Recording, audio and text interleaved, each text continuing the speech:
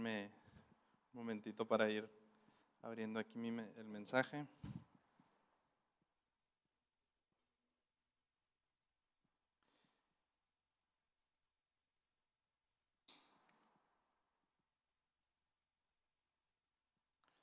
Pues es para mí, la verdad, un honor y un privilegio estar aquí. Y el tema del día de hoy es un tema que me encanta, ¿no? Empezamos con esta serie de doctrinas fundamentales de lo que creemos aquí en la Casa del Alfarero, y este segundo punto en realidad es un tema que me encanta, ¿no? Es una doctrina fundamental de la fe cristiana, y la verdad este tema me gusta mucho por una experiencia personal que yo tuve. Sí, cuando yo estaba en la universidad, entendí por primera vez esta doctrina, ¿no? Y para mí la parte como que se me hizo raro, me asombró, fue que al hablar con otros amigos cristianos, que teníamos toda la vida de ser cristianos, o sea, estás hablando, sí estábamos jóvenes, pero teníamos a lo mejor 20 años, y muy pocos de verdad entendían el concepto de la doctrina de la Trinidad. Y hay una razón para esto, ¿no? O sea, ¿cómo puede alguien como yo tener 20 años en la iglesia, haber crecido en la iglesia y no entender este concepto? Pues la realidad es porque rara vez se aborda este tema desde un púlpito. Si las predicaciones normalmente buscamos que sean como prácticas, dinámicas, pero cuando hablamos de la doctrina de la Trinidad en realidad es muy teórico, ¿no? Ahora, siendo sincero, a mí me gusta la teoría, ¿sí? De hecho yo me considero mejor enseñando algo o dando como una clase que haciendo una predicación, siendo sincero. Entonces pues este tema me gusta mucho. Lo voy a intentar hacer lo más dinámico posible, pero en realidad van a ser muchos versículos, mucha información. La doctrina de la Trinidad es compleja, entonces si no la entiendes todavía, pues sí tienes que poner mucha atención para no perder el hilo, ¿no? Ahora, quiero, este tema la verdad es mucho más fácil abordarlo a lo mejor en grupos en casa donde se pueden hacer preguntas, rebotar las ideas, aclarar las dudas, ¿no? Ahora, si después de este mensaje tú te quedaste con dudas, algo no quedó claro, te recomiendo que saques todas estas dudas en el grupo en casa en el que tú estás asistiendo, y si no estás asistiendo a ningún grupo en casa, pues empieza a asistir a uno, ¿no? Porque en realidad es la única forma en donde vas a poder sacar estas dudas. Si me quieres hablar a mí, me puedes hablar a mí, a Javi o al pastor para aclarar tus dudas también. Y pues bueno, la doctrina de la Trinidad es básica en la fe cristiana porque trata con el ser de Dios, ¿no? ¿Quién es Dios? Y cuando hay ciertos errores, que cuando nosotros tenemos un concepto erróneo de quién es Dios, impactan de una manera muy severa nuestra práctica. Y vamos a ver algunos de los errores más comunes en cuanto a la relación del Padre, del Hijo y del Espíritu Santo y de quién es Dios. Y bueno, pues ahora sí vamos a entrar como que en materia, ¿no? Quiero empezar este mensaje leyendo el segundo punto de las doctrinas fundamentales de esta iglesia, y dice así, dice: creemos en la Trinidad, en el único Dios verdadero, quien está conformado por tres personas, Padre, Hijo y Espíritu Santo. Cada uno de estos a su vez son Dios, iguales en deidad, poder y gloria. Ahora, a simple vista la doctrina de la Trinidad pareciera como una contradicción en aritmética, ¿no? Como que las matemáticas no me dan. Dices que Dios es uno, pero que al mismo tiempo es tres.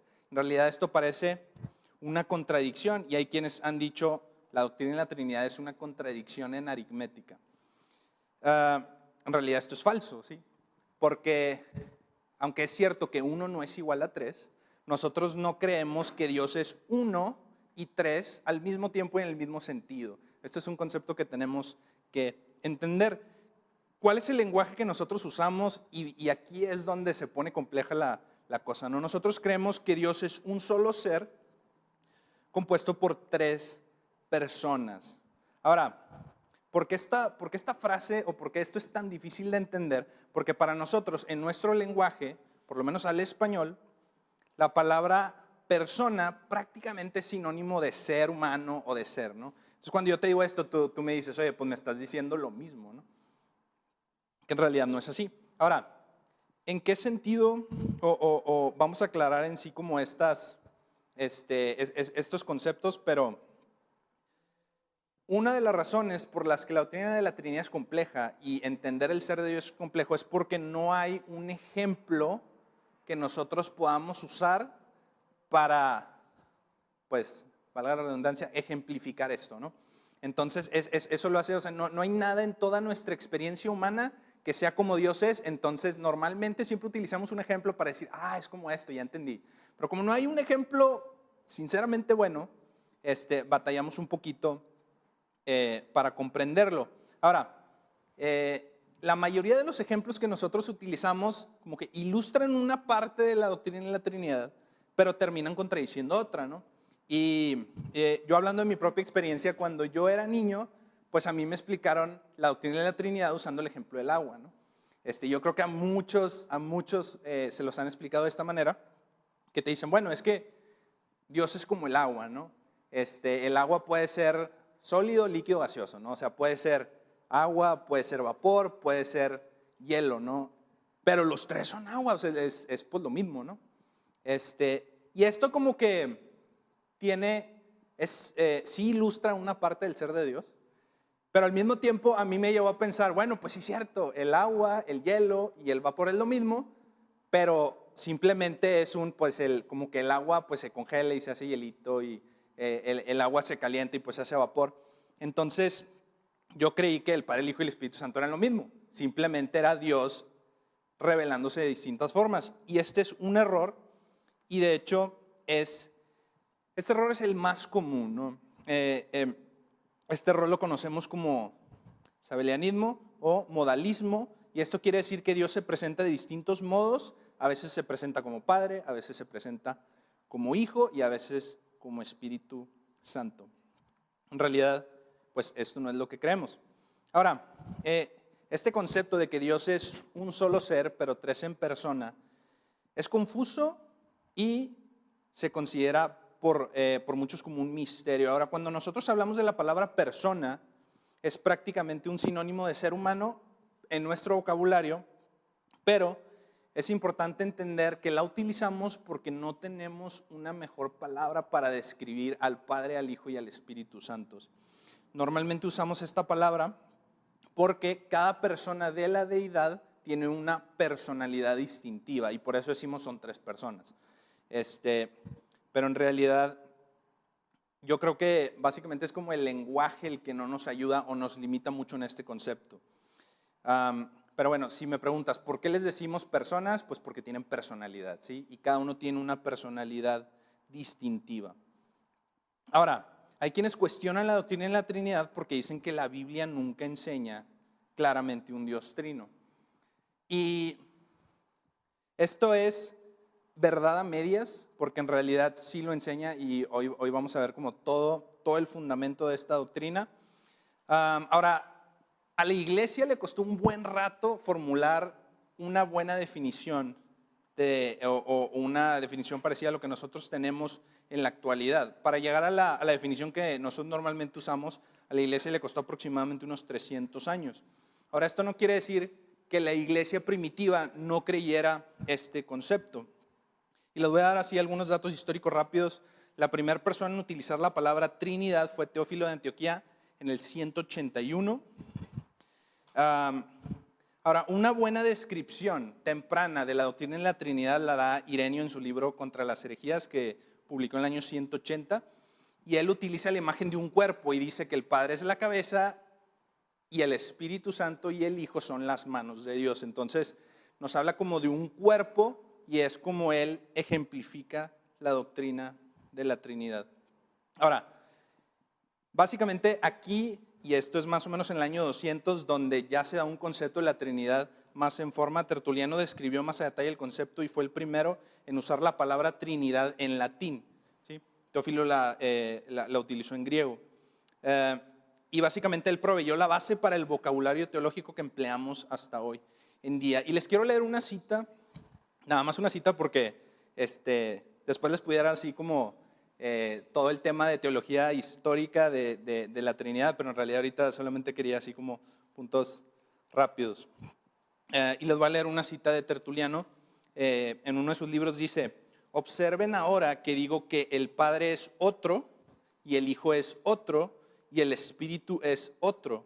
Esta afirmación es mal entendida por todo individuo sin educación o perversamente dispuesto, como si significara división e implicara en esa diversidad una separación del Padre, del Hijo y del Espíritu Santo.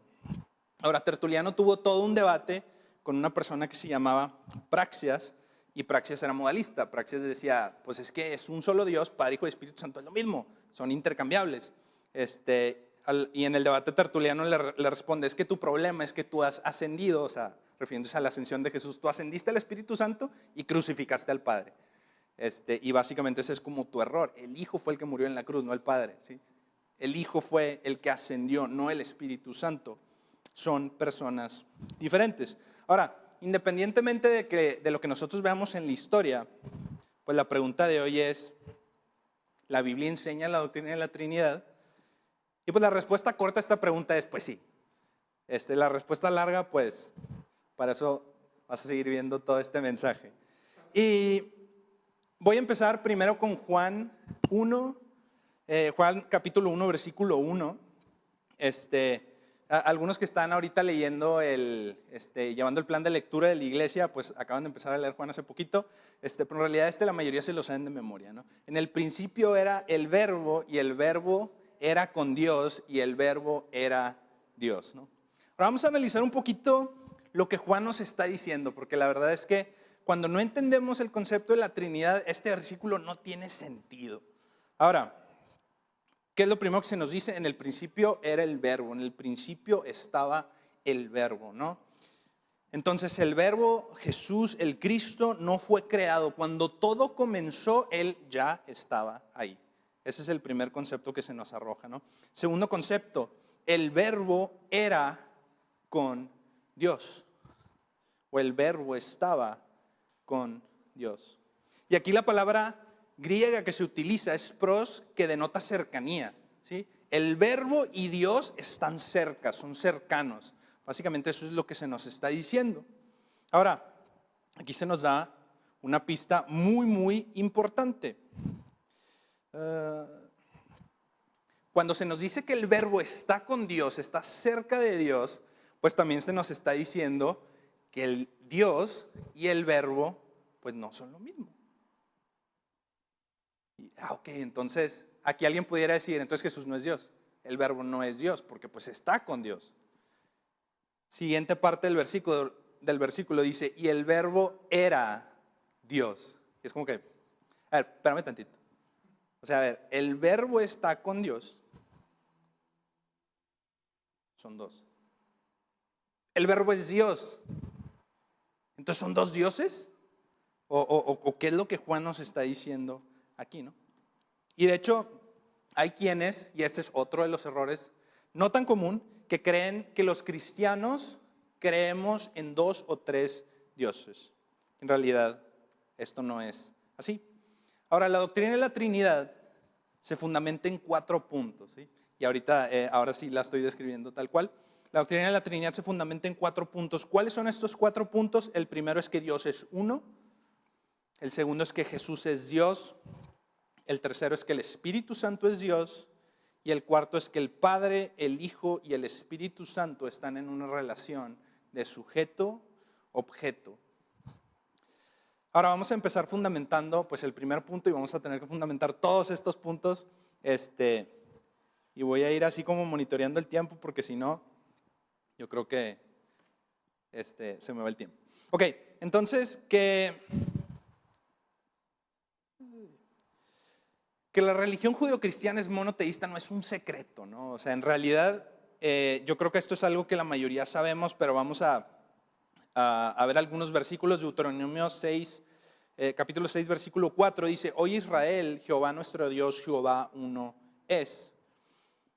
Isaías 46, versículo 9 dice, acordaos de las cosas pasadas desde los tiempos antiguos, porque yo soy Dios y no hay otro Dios, y nada hay semejante a mí. Yo creo que estos versículos son muy claros, ¿no? No hay otro Dios, yo soy Dios, no hay otro, ¿sí? Nuestro Dios Jehová es uno. Efesios 4, versículo 4 dice, un cuerpo y un espíritu, como fuiste también llamados en una misma esperanza de vuestra vocación, un Señor, una fe, un bautismo, un Dios y Padre de todos, el cual es sobre todos y por todos y en todos. Santiago 2, versículo 19 dice, ¿tú crees que Dios es uno? Bien haces. Los demonios también creen y tiemblan. Y el primer punto que yo creo que no es difícil de entender es, Dios es uno, ¿sí? Creemos en un solo Dios verdadero. Ahora, después de que entendemos que, ok, sí, creemos en un solo Dios, ya entendí esto, ¿no? Pues el siguiente punto a fundamentar, bueno, es, pues Jesús también es Dios, ¿no? ¿En dónde viene esto? Pues ya le leí Juan 1:1, ¿no? El verbo era Dios, pero vamos a ver un poquito más de evidencia de esto. Juan 5, versículo 18 dice, por eso los judíos aún más procuraban matarle, porque no solo quebrantaba el día de reposo, sino que también decía que Dios era su propio Padre, haciéndose igual a Dios. Este versículo para nosotros como que no tiene mucho impacto, porque pues, o sea, la Biblia dice, somos hijos de Dios, sí. Pero para los judíos esta declaración era como algo herético. ¿Por qué? Porque para un judío el decir que tú eras hijo de Dios era que estabas diciendo que tú tienes la misma identidad y la misma naturaleza. Y por eso aquí dice que como él decía que Dios era su propio Padre, se estaba haciendo igual a Dios. Y en realidad sí era lo que pues, Jesús estaba haciendo. Romanos 9, versículo 5 dice, de quienes son los patriarcas y de los cuales según la carne vino Cristo, el cual es Dios sobre todas las cosas, bendito por los siglos. Amén. En Apocalipsis Jesús se le aparece a Juan y le dice, yo soy el alfa y el omega, el principio y el fin, dice el Señor, el que es y que era y que ha de venir, el todopoderoso. Y no sé tú, pero para mí es un poquito ridículo pensar que el título de todopoderoso aplique para alguien que no es Dios. Sinceramente, no tendría sentido este atributo en alguien que no sea Dios. Y después seguimos leyendo en Apocalipsis y vemos una explosión de adoración. Apocalipsis 5, versículo 11 dice, y miré y oí la voz de muchos ángeles alrededor del trono y de los seres vivientes y de los ancianos, y su número era millones de millones, que decían a gran voz, el Cordero que fue inmolado es digno de tomar el poder, las riquezas, la sabiduría, la fortaleza, la honra, la gloria y la alabanza. Y todo lo creado que está en el cielo y sobre la tierra y debajo de la tierra y en el mar y a todas las cosas que en ellos hay, oí decir, al que está sentado en el trono y al Cordero sean la alabanza, la honra, la gloria y el poder por los siglos de los siglos. Los 4 seres vivientes decían amén, y los 24 ancianos se postraron sobre sus rostros y adoraron al que vive por los siglos de los siglos. Ahora, ¿ustedes se imaginan a Dios compartiendo su adoración con alguien más? ¿En realidad Dios puede compartir su gloria? Y pues la respuesta es no, o sea, obviamente no. Isaías 42, versículo 8 dice, yo Jehová, este es mi nombre, y a otro no daré mi gloria, ni mi alabanza a esculturas. Éxodo 34, versículo 14 dice, porque no te has de inclinar a ningún otro Dios, pues Jehová, cuyo nombre es celoso, Dios celoso es. Ahora, hay quienes niegan esta verdad. Algunas denominaciones creen que Jesús no es Dios o que es un Dios secundario. Y un ejemplo que pues a todos por lo menos nos suena, los testigos de Jehová creen específicamente, de hecho, que Jesús y el ángel Miguel son lo mismo, o sea, son la misma persona. Y esto provee un problema muy grave, ¿no? Pues en su liturgia, ¿sí? en cómo llevan su culto, su práctica de la vida cristiana, porque la iglesia siempre ha adorado a Jesús. Y ellos dicen, pues es que como Jesús no es Dios, no puede recibir adoración, ¿no? Pero Jesús siempre ha recibido adoración, lo vemos desde que nace. Mateo 2, versículo 11 dice, cuando llegaron a la casa, vieron al niño con María su madre y postrándose, lo adoraron. Abrieron sus cofres y le presentaron como regalos oro, incienso y mirra. Y pues vemos esta escena, ¿no? Y pues de todos, no sé, ahí la pastorela, ¿no? Vienen los Reyes Magos o los sabios del Oriente. Ahí viene Gaspar, Melchor, y pues traen así como sus regalitos. Pero ¿qué es lo que dice la Biblia? Dice que cuando vieron al niño, se postraron y lo adoraron. Pues entonces, o los sabios del Oriente están así como que cometiendo ahí, pues idolatría o Jesús es Dios, no hay de otra. Ahora, los ángeles también adoran a Jesús. Hebreos 1, versículo 6 dice, y otra vez cuando introduce al primogénito en el mundo, dice, adórenle todos los ángeles de Dios.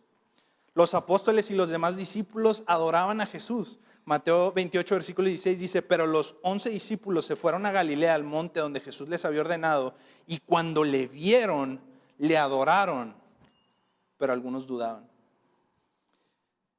Otro versículo que también dice básicamente lo mismo es, después de que Jesús asciende, dice Lucas 24, 52, dice, ellos después de haberle adorado, volvieron a Jerusalén con gran gozo. ¿Y cómo vamos a hacer esto? Y obviamente si nosotros vemos todos los documentos cristianos de los primeros años, la adoración a Jesús ahí está, es palpable. Creían que Jesús era Dios y por eso lo adoraban. Y en realidad esto es lo que nos dice la Biblia. Jesús merece adoración y merece adoración porque Él es Dios. Ahora, ¿es posible que Jehová comparta su gloria, dé su gloria con alguien más? Pues no, la realidad es que no. Y lo dice Isaías 42, versículo 8, yo Jehová, este es mi nombre y a otro no daré mi gloria. Ahora, yo antes pensaba que Jehová se refería como que al Padre, a Dios Padre, y no a Jesús. Y en realidad este concepto no es así. Ahora, este concepto es como que complejo y en realidad me voy a tomar un tiempo corto para explicarlo, pero se pudiera como expander más. Pero en realidad me quedan otros 2 puntos por fundamentar y pues si no se me va el tiempo. Ahora, voy a explicar esto rápido. A Jesús se le llama Señor en citas del Nuevo Testamento donde están citando el Antiguo. Y si tú te vas en tu Reina Valera a la cita del Antiguo Testamento, te das cuenta que dice Jehová. Ahora, ¿por qué pasa esto? ¿Por qué en el Nuevo Testamento dice Señor y en el Antiguo Testamento dice Jehová? Bueno, así como tú y yo usamos traducciones, y no sé, ahorita he estado citando la Reina Valera, tienes la NTV, la NBI, la NTV o alguna otra traducción. En la época de Jesús no era distinto. Ellos utilizaban una traducción al griego que se llama la Septuaginta. Al día de hoy todavía la tenemos.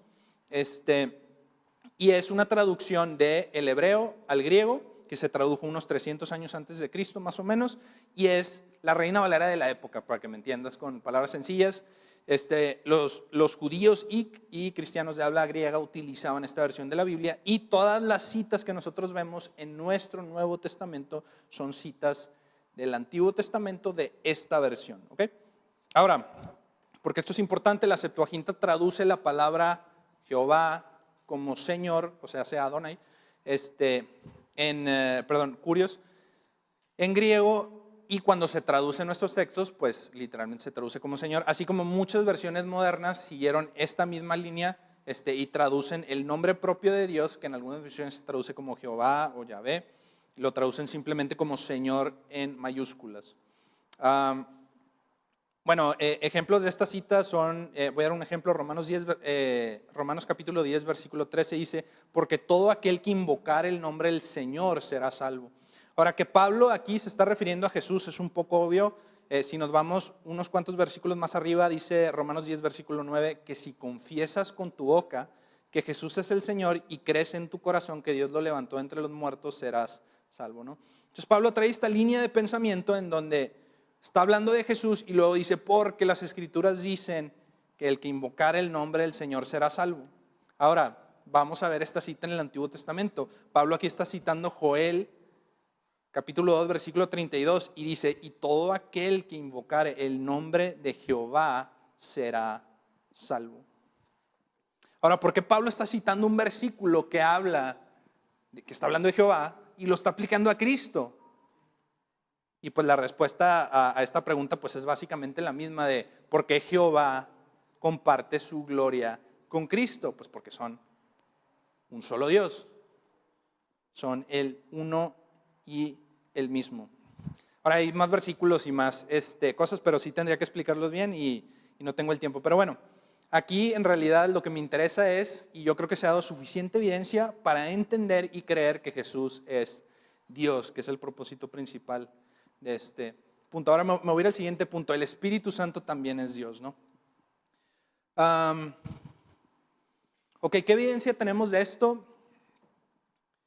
Hechos capítulo 5, versículo 4 dice, y dijo Pedro, Ananías, ¿por qué llenó Satanás tu corazón para que mintieses al Espíritu Santo y sustrajeses del precio de la heredad, reteniéndola, no se te quedaba a ti, y vendiéndola, no estaba en tu poder? ¿Por qué pusiste esto en tu corazón? No has mentido a los hombres, sino a Dios. Y aquí Pedro le está diciendo a Ananías, como tú le mentiste al Espíritu Santo, le mentiste a Dios, porque el Espíritu Santo es Dios. Ahora, ¿qué más evidencia tenemos? Bueno, pues los nombres con los cuales se identifica al Espíritu Santo a lo largo de la Biblia también dan testimonio de su deidad. Algunos de estos nombres son el Espíritu de Jesucristo, el Espíritu de Cristo, el Espíritu de nuestro Dios. Voy a leer Romanos 8, versículo 9, dice, sin embargo, ustedes no viven según la naturaleza pecaminosa, sino según el Espíritu, si es que el Espíritu de Dios vive en ustedes. Y si no tienen el Espíritu de Cristo, no. Y si alguno no tiene el Espíritu de Cristo, no es de Cristo. También se le llama el Espíritu de nuestro Dios en 1 Corintios 6, 11. Y les voy a leer Juan, capítulo 14, versículo 16, dice, y yo rogaré al Padre y os dará otro consolador para que esté con vosotros para siempre. Ahora, cuando Jesús utiliza la palabra otro consolador, está diciendo otro que hace lo que yo hago, otro de mi misma clase, otro que va a suplir lo que yo estoy supliendo a ustedes. Y si Cristo es Dios, el Espíritu Santo, que es otro de la misma clase que viene a hacer esta misma función, también es Dios. Ahora, sus atributos son atributos que solamente pueden describir y pertenecer a Dios. El Espíritu Santo es omnisciente, dice Isaías 40, versículo 13. ¿Quién enseñó al Espíritu de Jehová o le aconsejó enseñándole? Obviamente es como una pregunta que se responde a sí misma, pues nadie, o sea, porque todo lo sabe y todo lo entiende, es omnisciente. Primera de Corintios 2, versículo 10 dice, pero Dios nos la reveló a nosotros por el Espíritu, porque el Espíritu todo lo escudriña, aún lo profundo de Dios. El Espíritu Santo es omnipresente. Salmo 139, versículo 7 dice, ¿a dónde podría alejarme de tu espíritu? ¿A dónde podría huir de tu presencia? Y luego sigue diciendo, si subo al cielo, si bajo hasta el abismo, ahí está tu espíritu, ¿no? Está en todos lados. ¿Por qué? Porque es Dios, es omnipresente. También consideramos que por la obra que tuvo el Espíritu Santo en la creación y en la creación del ser humano, también es omnipotente. Salmo 104, versículo 30 dice, envías tu espíritu, son creados y renuevas la faz de la tierra. Cuando nosotros entendemos el rol que el Espíritu Santo tuvo en la creación del mundo y del ser humano, nos damos cuenta de su poder. Job capítulo 33, versículo 4 dice, el Espíritu de Dios me hizo y el soplo del Omnipotente me dio vida. ¿Quién puede dar vida al hombre sino solo Dios? Y la conclusión de esto es, si el Espíritu Santo es otro como Cristo, es omnisciente, omnipresente, omnipotente, y además, si le mientes al Espíritu Santo, le has mentido a Dios, pues es porque el Espíritu Santo es Dios. Ahora, al Espíritu Santo se le da la misma importancia que al Padre y al Hijo. Mateo 28, versículo 19 dice, por tanto, id y haced discípulos a todas las naciones, bautizándolos en el nombre del Padre y del Hijo y del Espíritu Santo. Ahora, ¿cuál es el error más común en cuanto al Espíritu Santo? Hace poco estaba hablando con un amigo y como ni recuerdo cómo llevamos este tema, pero toqué así el punto de la Trinidad o algo, dije, y me dice, no, es que pues yo no creo en la Trinidad. Y le dije, ¿cómo? Y pues le cité Juan 1:1 de que pues Jesús, y me dice, no, es que son 2, no 3. Y yo, está bueno. Pero bueno, el error más común es que al Espíritu Santo solamente se le considera como una personificación del poder de Dios. Y en realidad esto es un error, ¿sí? El Espíritu Santo posee y exhibe los atributos de una persona.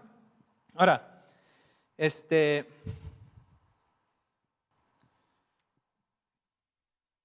voy a decir algunos de esos puntos rápido. En realidad, el tema de la personalidad del Espíritu Santo es como todo un tema. Entonces, si me agarro así como que citando o leyendo toda la base bíblica, pues no voy a acabar. Pero el Espíritu Santo tiene inteligencia, ¿sí? La Biblia dice que conoce y escudriña las cosas de Dios. Esto viene en 1 Corintios 2, versículo 10. Él posee una mente, Él demuestra sentimientos, ¿sí? La Biblia dice que el Espíritu Santo puede ser contristado por nuestras acciones. El Espíritu Santo tiene una voluntad, y esto lo sabemos porque la Biblia dice que el Espíritu reparte los dones, ¿sí? Como Él quiere. Esto viene en 1 Corintios 12:11. Lo voy a leer, dice, pero todas estas cosas las hace uno y el mismo Espíritu, repartiendo a cada una en particular como Él quiere. El Espíritu Santo tiene una voluntad y la utiliza para repartir los dones a la iglesia. Ahora, Él realiza las acciones pues, de una persona. ¿Sí? La Biblia dice que el Espíritu Santo nos guía a la verdad, oyendo, hablando y haciéndonos saber.